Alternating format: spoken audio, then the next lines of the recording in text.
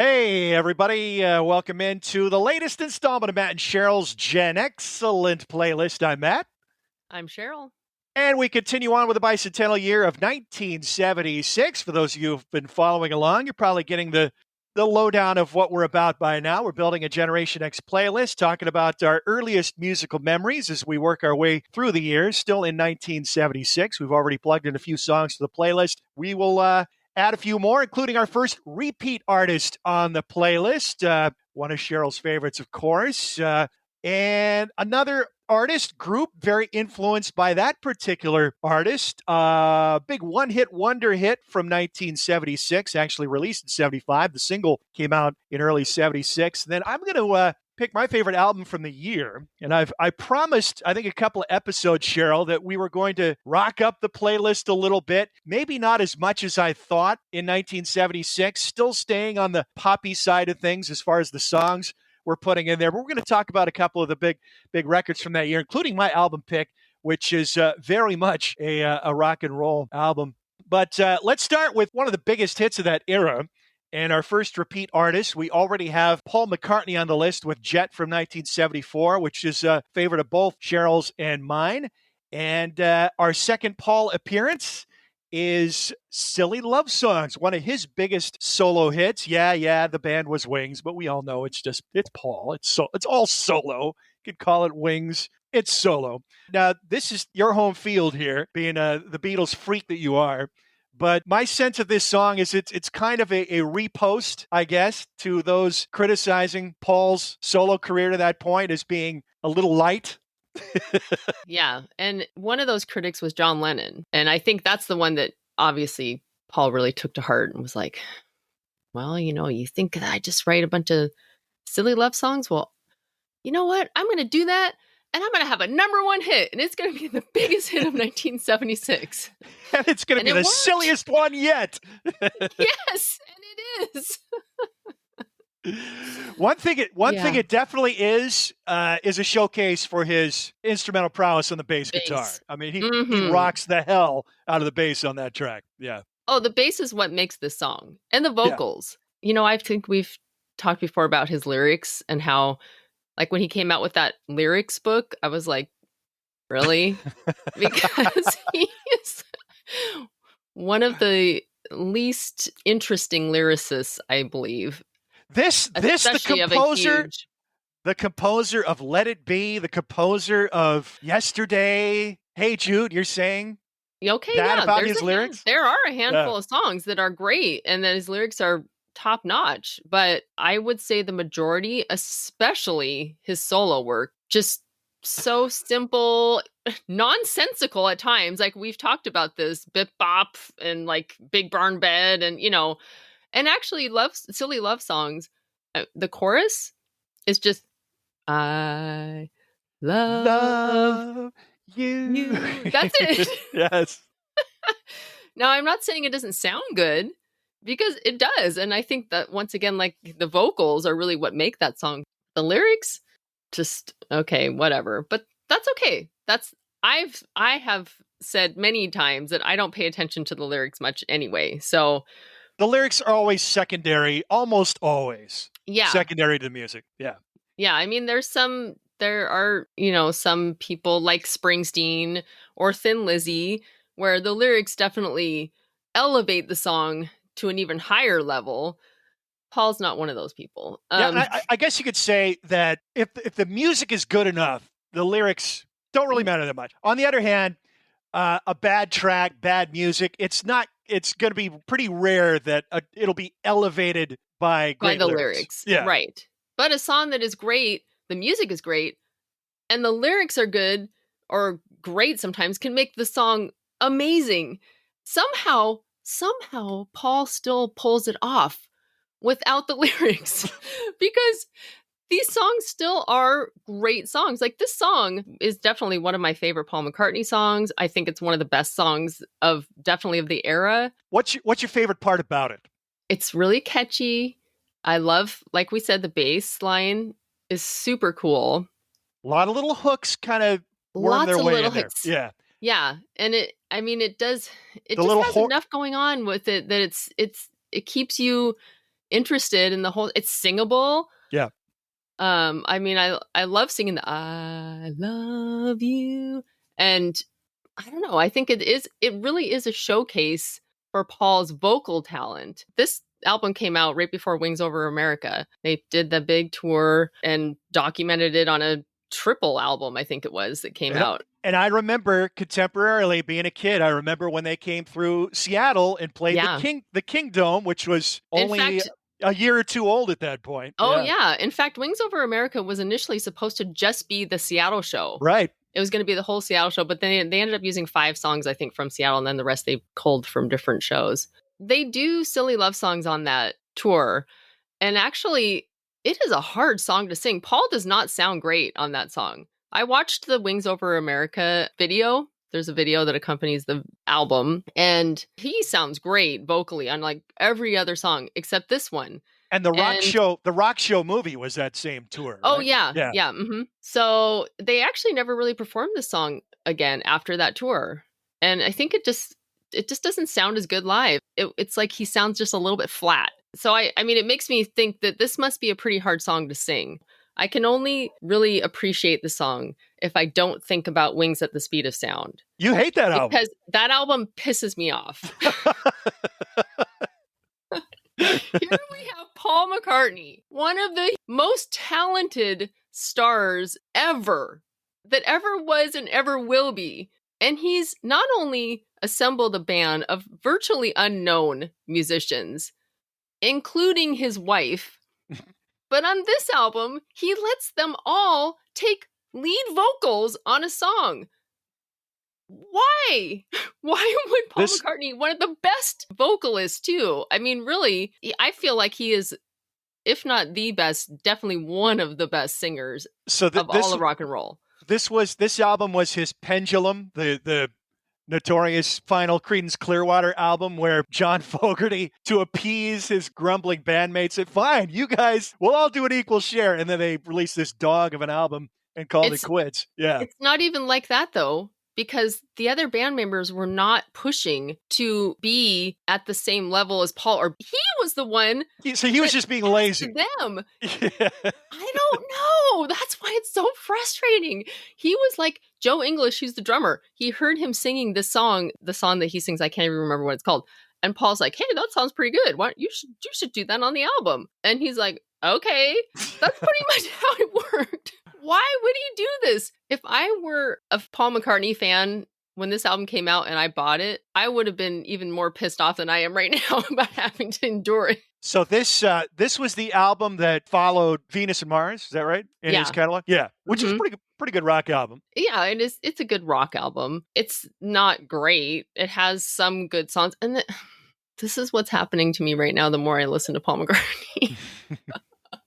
He's starting to become a singles act for me. Some of his albums, if I'm in the mood to listen to, like McCartney, Ram, sometimes Band on the Run, I like listening to them all the way through, especially McCartney and Ram, because they have that homespun kind of Paul on his farm in Scotland strumming his guitar. You know, it just has that, it evokes a feeling. So I do like to listen to those albums all the way through. Everything else, pretty much just a greatest hits. That Wingspan collection. Really good collection. Great. Yeah.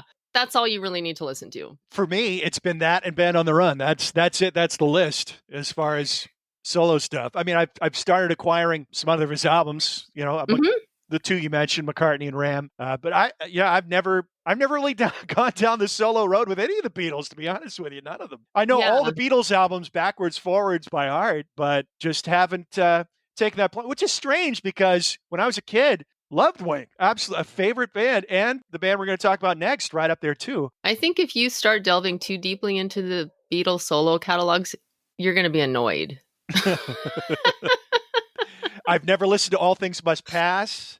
Well, that you should listen to. I don't think I've ever listened to Plastic Ono Band all the way through. That is one of my favorite albums of all time. No, that's definitely and that's the thing.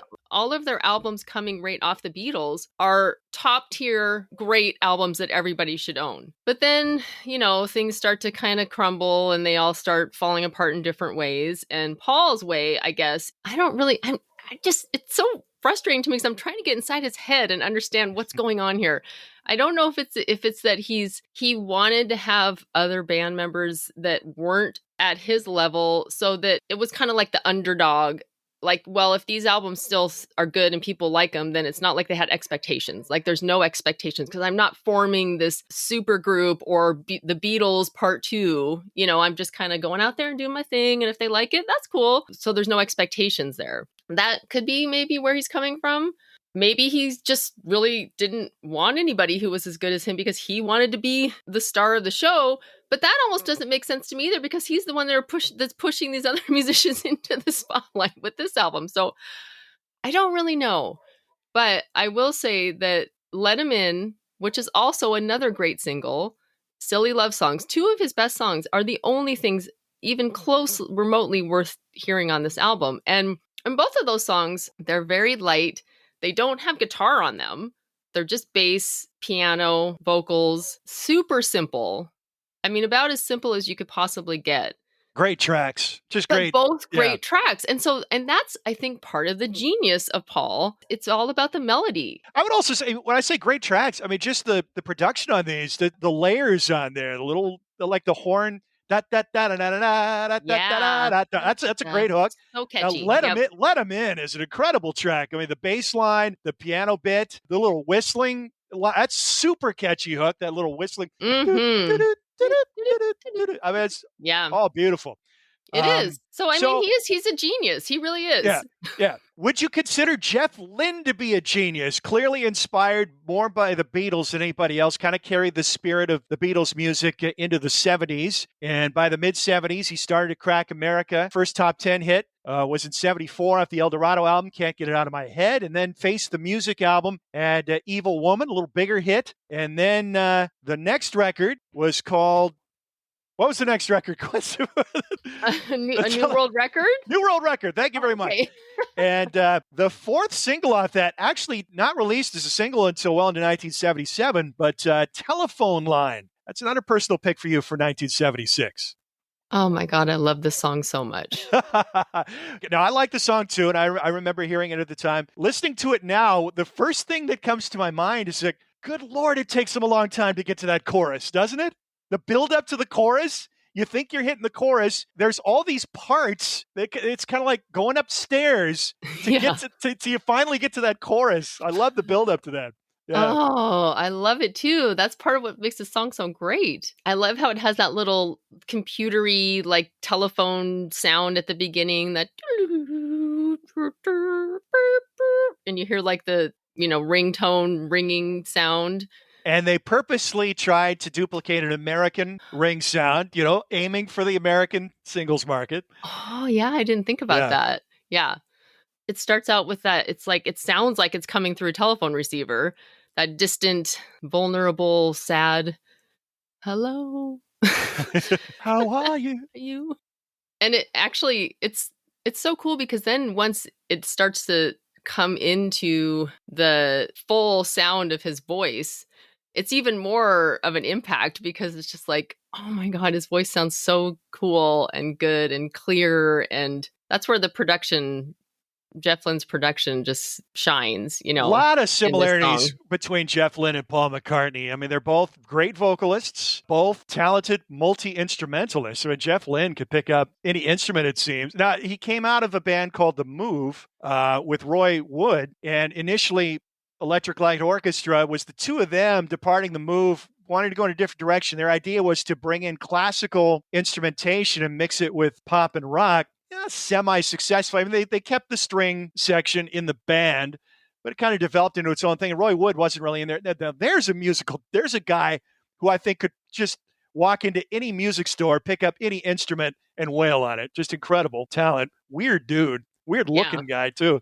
And Roy Wood continued to be a hit maker in England. None of his bands ever had any impact whatsoever in the United States. So The Move, big hits in England and zero impact in the United States.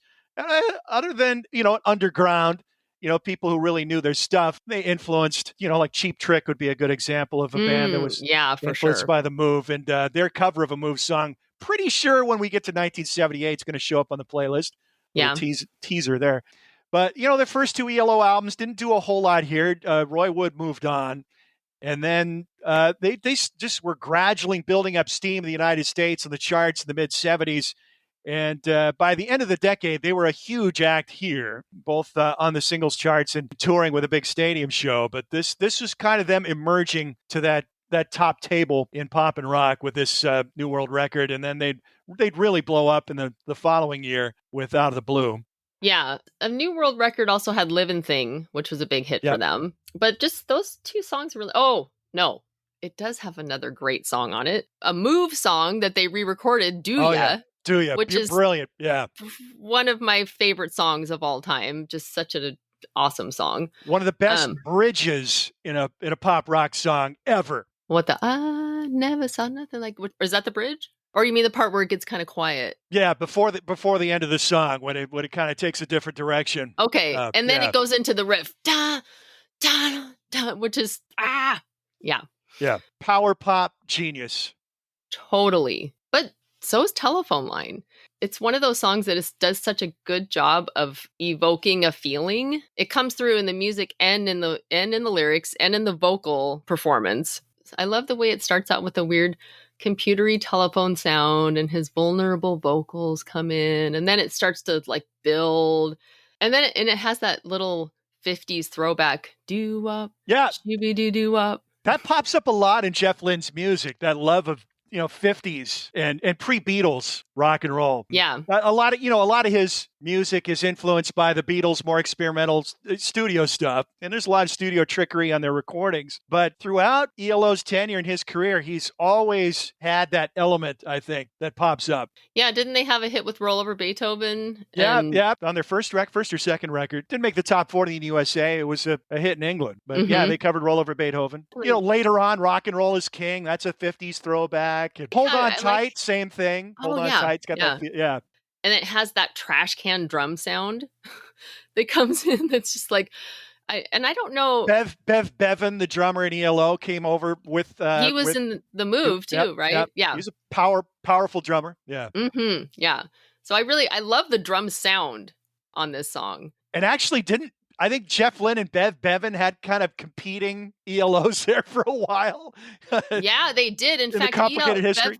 Bev Bevan was part of ELO 2, which actually then forced Jeff Lynne to sue because they were using the name ELO and he did not want them to use the name. And then eventually they changed the name to the Orchestra. And now Jeff Lynne, I think, is touring as Jeff Lynne's Electric Light Orchestra. And I'm glad that he's out still doing this because the guy is still in great voice. And like Paul McCartney, you don't really go to ELO for great lyrical revelation. It's about the music and the vocal performance and the studio mastery and the melodies, and the catchy choruses. And really, ELO is another one of those bands that is like a perfect greatest hits band. Because every one of their songs that would go on a greatest hits collection are great. They're easier to listen to as a singles band rather than delving full into albums. I do really like El Dorado. I think that's a good album all the way through. And that's kind of the start of their Imperial phase, I think, that album. Can't Get It Out of My Head came off of that. That's a great song. That really is. That was their first song, I think, that really showed their genius. Yeah.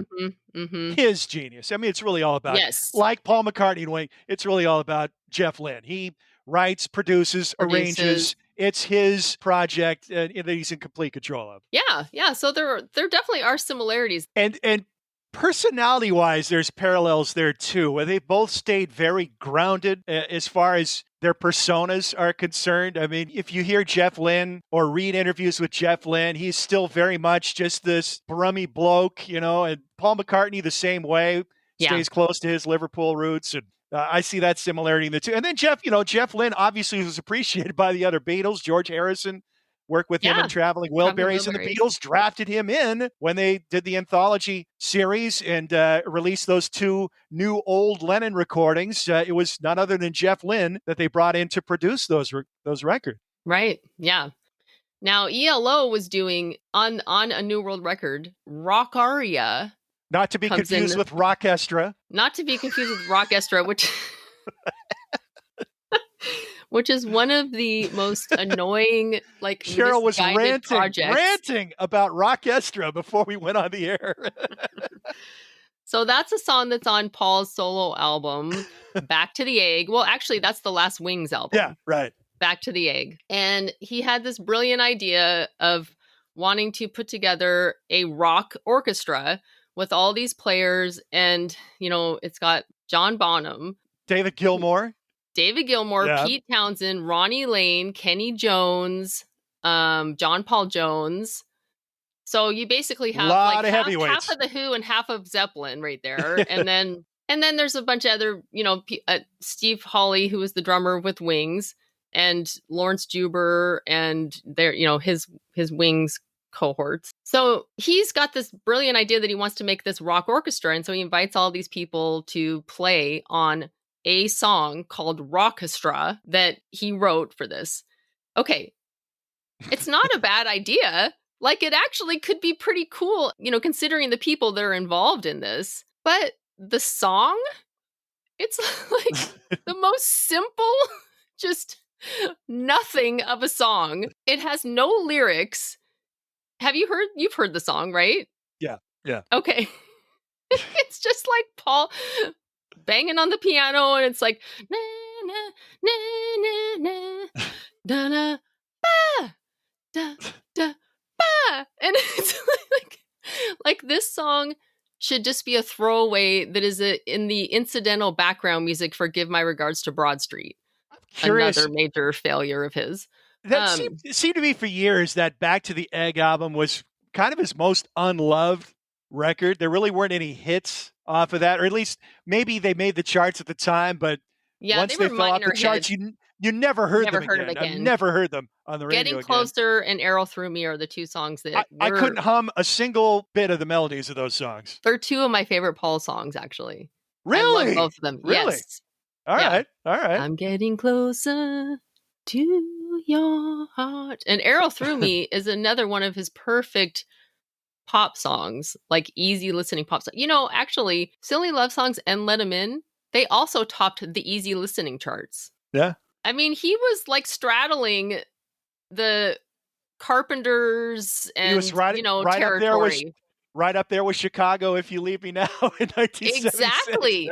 Yeah, like he was really in that realm. So I don't know, maybe the Rockestra thing was his way of being of reminding the public that he came from a rock band. He's a rock, which I would not call the Beatles a rock band. I call them a pop band more than a rock band. But in all of his music really falls under the pop moniker. I was thinking about this while we've been talking, not to interrupt, but he did an SNL appearance a few years back where he performed with Dave Grohl and did a couple of heavy numbers. I think he kind of missed the boat. Never once in his career has he put out a hard rock album. I'd love to hear what he would do in that genre. Talking about Rockestra, bringing in guys like Bonham and John Paul Jones, and hard rock players. How come he never tried his lot with doing a hard rock album? Well, one album of his that also got no love at all, even less than Back to the Egg, like completely ignored, came out in 1986, Press to Play. Yeah. It had one single off of it, the song Press, which sounds like it could have been the B-side to Whitney Houston's I Just Want to Dance with Somebody. The B-side. Yes. Total 80s drum machine sound, and very, produced. The whole album is very much a relic of the 80s production-wise. Difficult era for music, 1986. Yes, in particular, and that song really embodies that. But the rest of the album sounds nothing like that song. And there are some real rockers on that album. Okay. In fact, there's one song on there that he recorded with Pete Townsend and Phil Collins. How's that for a trio? Not bad. Paul on vocals and bass, Pete on guitar, Phil on drums. And at the time, it's kind of funny because Phil Collins was the big star of that group there. Right. If you only know Phil Collins as a pop star, incredible drummer. One of the greatest drummers. Yeah. And not just with Genesis, but with as a session guy, he played on Brian Eno's Another Green World. He actually was all over the place. In Brand X, the jazz fusion trio, Peter Gabriel's Melt album. Yeah. Yeah. Or not the Melt, the third one. Yeah, he played as a session guy on lots of huge albums. Yeah, he's one of the best drummers of all of rock and roll. Didn't he drum with Led Zeppelin at Live Aid? Am I remembering that wrong? He did. and it was What does really that? What does bad. that tell? Yeah, It well, was bad. they weren't exactly well rehearsed. Let's put it that No, way. not at all. But Yeah. Yeah, but they chose him to be the drummer. That I'm says on something. I'm on the hard rock tip here because I do want to tip my hat to an album I thought would make an appearance on the playlist. Didn't quite make it for me, but was very, very impactful in the year 1976. And we've talked about radio formatting and the emergence of the album-oriented rock format. This was a huge hit on AOR radio in 76. Came out of nowhere, a debut record. It was Boston's first album, the self-titled album with the spaceship on it. I don't know contemporarily if people really knew the story behind Boston. It's pretty much one guy named Tom Schultz, who's the guitarist. He was the mastermind behind the group, essentially self-recorded this album, damn near. He was a brilliant guy, MIT grad, an engineer at Polaroid. He developed technology in the music realm, this rock band headphone amplifier that people used, the guitarists in particular used. This album just sounded amazing on the radio when it came out. Just so slick, so beautifully produced, the layered guitars, the effects. But when you say it's self-recorded, you can't ignore the fact that Boston would have been nowhere without the amazing vocals of Brad Delp. Brad Delp, yeah. And that's, AOR, the heavy hitters in AOR. Music critics, again, crapped all over these guys at the time. But one thing these bands had in common, Boston with Brad Delp, Foreigner with Lou Gramm, Journey with Steve Perry, amazingly talented lead vocalists. More Than a Feeling is one of the all-time great songs in the AOR genre, maybe the greatest. How it didn't make my list, I'm not sure, but I think that what it comes down to, when I'm picking my songs, picking the first one's always easy. Now it's getting harder and harder as we go down the years, and we're picking more and more songs from each year. It's getting more difficult. The first one's always easy. Blinded by the Light. That was a slam dunk. That was going to be on there. No question about it. I thought More Than a Feeling was going to make my list, but my young self wasn't aware of Boston and More Than a Feeling at the time. The song I chose was one that I was aware of and I've loved ever since I first heard it, so that kind of gave it the edge. But we got to acknowledge that album in 1976, and it still resonates to this day. Classic rock format, album-oriented rock format. Just about every track on that Boston album got played on the radio. Peace of Mind, Long Time, Foreplay, Long Time. Yeah, that is one of those albums just as a whole is great and has continued to be popular. And as a teenager getting into classic rock, that would have been one of the first Oh, yeah, it's Classic tapes. Rock 101. One of the first tapes you buy. Can't get through the episode without acknowledging that record release. But the song that I chose, I went with, it's a one-hit wonder. The song is called Fooled Around and Fell in Love. The artist on the record, Elvin Bishop, but he's not the singer. Elvin Bishop is a guitar player, wrote the song, played guitar on the song. Elvin Bishop came out of the Chicago blues scene. He's actually, this is interesting. Elvin Bishop, his whole persona was this down-home Okie. He looked like he just got off a tractor, always wore overalls, usually over flannels. I think there's dirt and probably straw coming out of the straps when he's playing on stage. The guy was actually born in California, lived on a farm in Iowa. Family didn't move to Oklahoma until he was 10 years old, so grew up on a farm outside of Tulsa. He comes off as this hick. The guy studied physics at the University of Chicago on a national merit scholarship. So he's not some dumb farm boy. Wow. He's actually quite brilliant.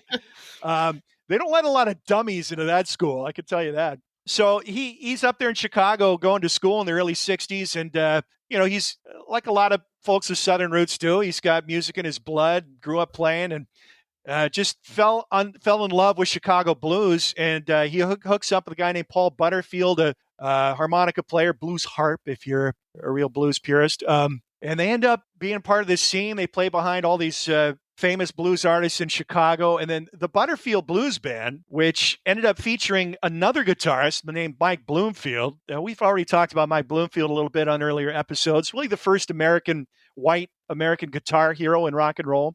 These Butterfield Blues Band albums, their first two, the self-titled one from 65 and East West from 66, didn't sell tons of records, but were incredibly influential, particularly on the San Francisco music scene. They had a huge impact there. And they were one of the first bands to start, really exploring longer form jamming and jazz influenced approach to rock and roll. As far as the soloing is concerned. East West in particular, the track on that second album was showcase for them to improvise on stage, and could sometimes last an hour playing this song. And Bloomfield was an incredibly talented guitarist.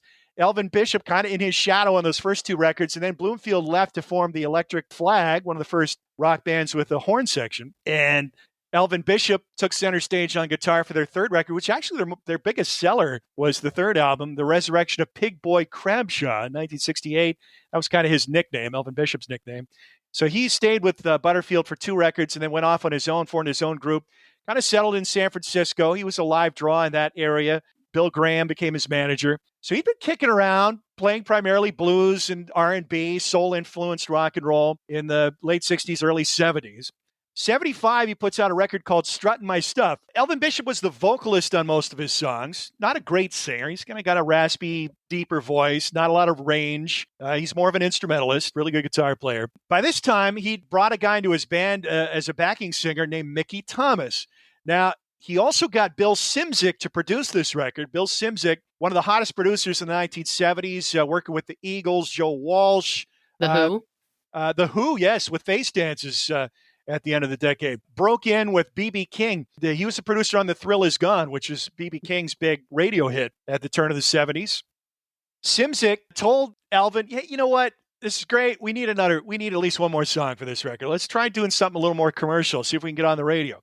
And Elvin had this song that he'd written a few years before. He'd cut the track. He didn't think his vocals were appropriate for it. So Mickey Thomas, who's this backing singer, he's from Cairo, Georgia, Mickey, why don't you give this one a crack? And the rest is history. Mickey Thomas went on to join Jefferson Starship and then later Starship. Mm-hmm. Incredible vocal performance on this song. I mean, just knocks it out of the park. It's a relatively simple song. I mean, lyrically, it's a simple song. It's basically, it's this guy been playing the field for years, going through one girl after another, and then fooled around and fell in love, met the girl of his dreams, and that was it. Got stuck on her. That's basically it. The song starts out with a great hook. I don't know if it is the little guitar. I don't know if it's a steel or if he's doing it on slide or just a different guitar tone. But the da da da da. It's just a beautiful guitar line that just reels you in right off the top. And something about the sound of that record too. It's different. It sounds like a live recording in kind of an echoey room. Yeah. But it's Mickey Thomas that really rises to the occasion. Incredible vocalist. Again, in that AOR vein, he would go on to join Jefferson Starship a couple of years later. Jane, I can tell you right now, that's definitely on our 1979 playlist for sure. And then, there were some lineup changes in Jefferson Starship. They cut the Jefferson. Paul Kantner, who had been with the band from the very beginning, he was like the hippie soul. Even into the 80s, his tracks were still stuck in the 60s ethos. He finally left the band, and then it was Mickey Thomas's show. Grace Slick stayed on for one more record, which was the hit Starship album. Yeah. And of course, everybody now dogs them because of that awful. It is admittedly an awful song. We Built This City. Actually written by Bernie Taupin, Elton John's lyricist. A lot of people don't realize that. There were some good songs on that. Sarah is a great ballad. Mm-hmm. We're jumping way ahead to 1985. But this was Mickey Thomas getting his break. And we've already seen a lot of these stories in previous episodes of our podcast of just right place, right time. Yeah. Like George McCrae. Mm-hmm. Similar situation. Rock Your Baby. Casey couldn't hit the notes, didn't think he was the right vocalist. George McCrae, a backing vocalist, worked in the same studio. They'd cross paths all the time. They'd work together. Hey, why don't we let George give it a shot? He's got that good high. And then boom, next thing you know, worldwide smash. Same thing, folded around and fell in love. Mickey Thomas was a complete unknown. And most of the people who heard the record didn't know his name. They knew Elvin Bishop. That's the name on the record. But he didn't sing a note on it. It's the Mickey Thomas show. Not to say that Elvin Bishop doesn't shine, because that guitar solo is outstanding. It is so perfect and so underplayed. He's not a flashy guitar player. He's got chops for sure. He played this same red guitar for decades, called it Old Red, I think, or Red Dog. They call his guitar Red Dog. He played a Telecaster in Butterfield's band. And then somebody he knew had this, this red Gibson E345. Said, hey, you want to trade?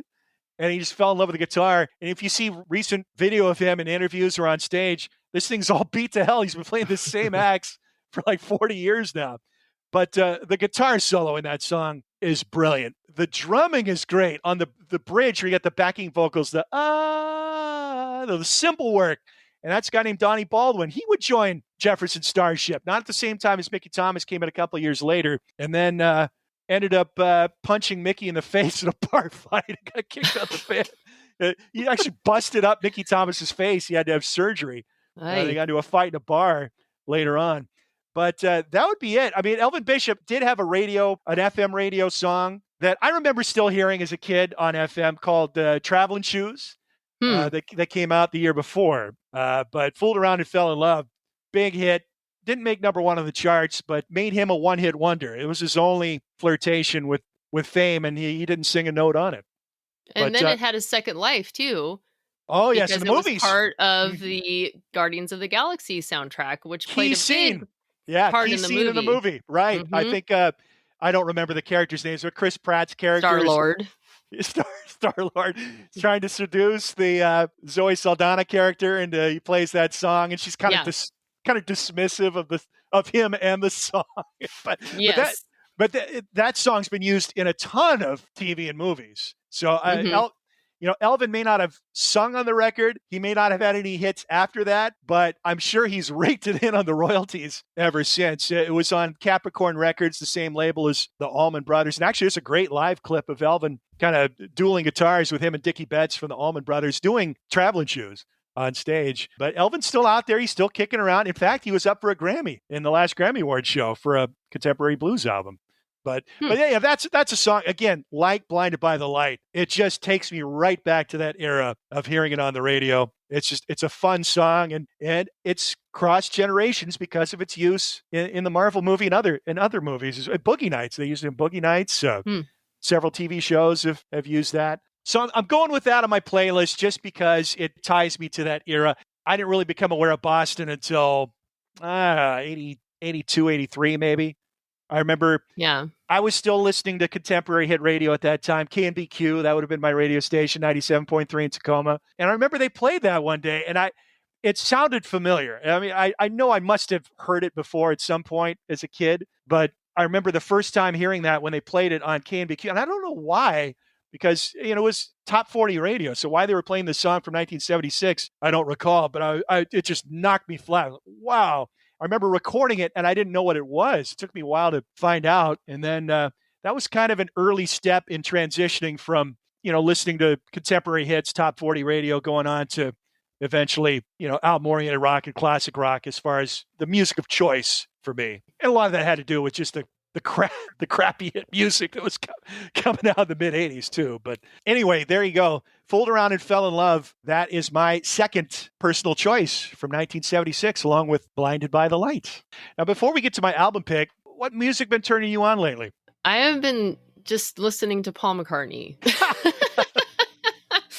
Like, probably too much. Actually, I would say the thing that I've been spending the most time listening to is Press to Play, because It's something that I never really gave any time, and I'm now just exploring. And it's a pretty interesting record. And one thing about this album, more than half of the songs Paul wrote with Eric Stewart from 10cc. So he did have a writing partner, which I think Paul needs. Like, he really does need somebody to kind of help keep him on track and sort of reel him in a little bit, and in the rock vein. And this album is definitely more in the rock vein. And I think that is partially why it is too, because it's not just Paul. They also brought in, I can't remember his name, but he produced Phil Collins. He produced Peter Gabriel. Hugh Padgham?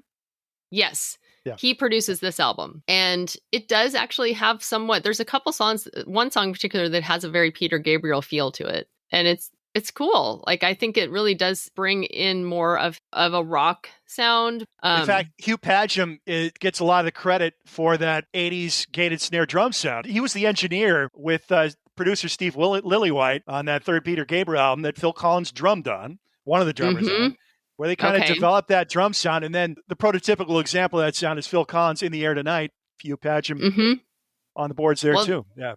That must be where the Phil Collins connection came in. Yeah. And this album does have a lot of that similar feel to Phil's solo work and even some of Peter Gabriel's. I mean, not on the level of Peter Gabriel's, but is musically. But it does have similarities. So I think it's one of those albums that, because the single was so syrupy and kind of targeted to a specific type of music and people that would listen to that music, that the album itself really never was never really explored. And I think that it's definitely one that deserves to be reassessed or looked at again, listened to, really, because I think people just ignored it. You know, like he was coming off of the last solo album he had was Pipes of Peace. Then he did Give My Regards to Broad Street, which was a huge, embarrassing flop for him. Like, unbelievable. The song, and actually, the song was all right. I mean, they played that video had a hit constantly. From that song, Constantly No on More MTV. Lonely Nights, Yeah. which is a good song and did well. But the movie, I remember going and seeing the movie when it first came out. It was only playing at the UA Theater in downtown Seattle. That's it. Like, that's how limited the, run it was. And it was out for maybe like a month. And living in Auburn, a suburb, like 45 minutes from Seattle, I begged my mom to take me to go see the movie. This was in 1984. And so she took a friend and I loved it because the music in it, he does a lot of Beatles stuff. He re-records like For No One and Yesterday. Some Beatles songs are in it. And in fact, most of the music from that, except for the singles, except for the single No More Lonely Nights, the rest of it is all old stuff from Tug of War and other albums that he just re-recorded for this. I loved the music. And this is actually what made me really become a big Paul solo fan, was that movie. But just the movie itself is so ridiculous and just so bad. And so he was coming off of that. It was 2 years before that, he hadn't done anything since then. So when this album came out, I think people were just like, oh, whatever. Paul's washed up. He's not worth paying attention to anymore at this point. And so I think it just got completely brushed under the rug. But, well, I should say, when I say I haven't really listened to Paul's solo stuff, I've actually been listening to his late 80s, early 90s stuff in the last year or so. Like Flowers in the Dirt, the album that came out in 80 that he worked with Elvis Costello on a few songs. Yeah. Off the Ground, which was not particularly well regarded, but there's some really good songs on there. The title track, Hope for Deliverance, great song. Mm-hmm. Yeah. He's consistently had good songs throughout every album on his career. Even the stinkers, there's usually at least one or two really brilliant tracks. Well, here's the thing. Up until Pipes of Peace, he was more of a singles artist. I think he was, he had great singles. And then he kind of had that period between Press to Play and going into the early 90s where his singles really were not making any impact at all. He had the albums were okay. They're not bad. But then he had another kind of portion of his career where he built this band of younger players with I forget his last name, Abe Boreal. Powerhouse drummer. Yeah. Love him. Big dude behind the drums. Abe Boreal Jr. And then two other guys, I don't really know the other two guys, but they're young guys, like they're half his age. And then he just basically had like a whole second career with that band. And all the albums that he's put out since like the 2000s are actually really good. Chaos and Creation in the Backyard, working with Nigel Godrich, who is Beck's producer, and then Jason Faulkner plays a lot on that record. We're both big fans of him. And New, I really like New. That's probably my favorite of the newer albums. And that's when he was working with Dave Grohl. He recorded a song with Dave Grohl and Chris Novoselic. So I think that kind of like gave him a second life. He really became much more creative in that part of his life. But those were more album oriented. Like he didn't have any singles. He didn't have any hits at all in any of those albums. But he was consistently making good music.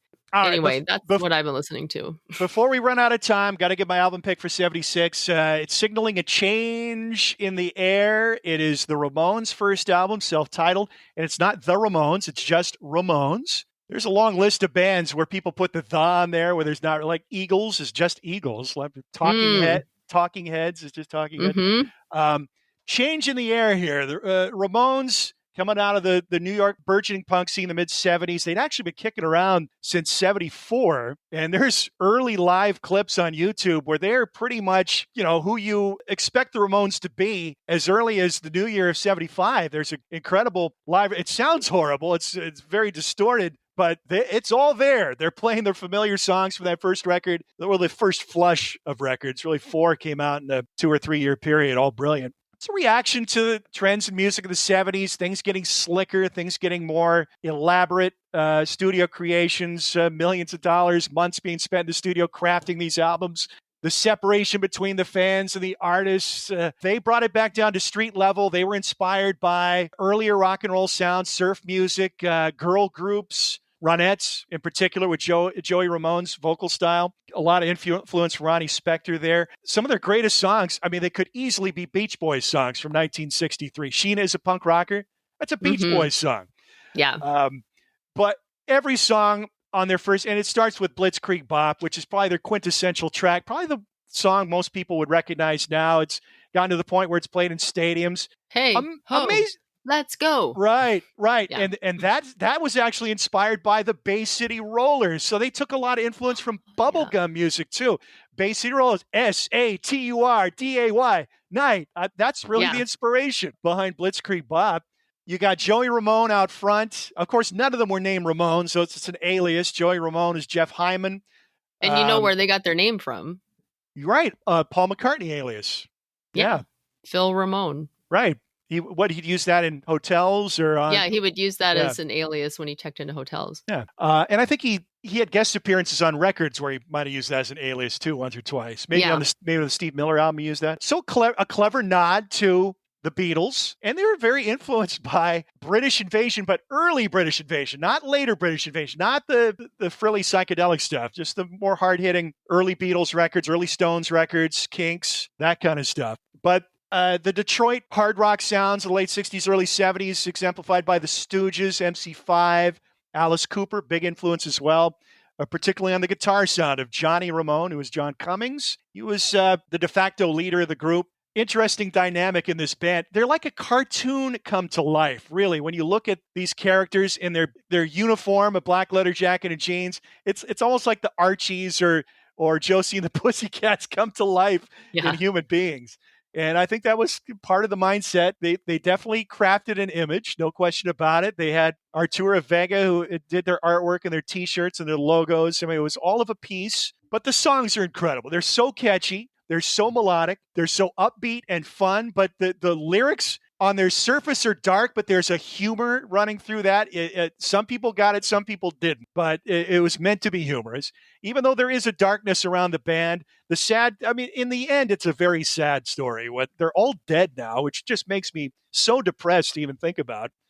They've all been dead for years now. Joey Ramone. And died young. Right. Joey Ramone. Youngish. And was the first to go in 2001. And sadly, before they were inducted into the Rock and Roll Hall of Fame, 2 months after their induction ceremony, Didi Ramone, the bassist who wrote a lot of the lyrics, he overdosed and died. He was kind of a degenerate type. And Johnny, the guitarist, like Joey, passed away from cancer a few years later. And then the original drummer, Tommy, who was also their producer on the early records, gave the drum stool away fairly early on, but he worked with them as a producer.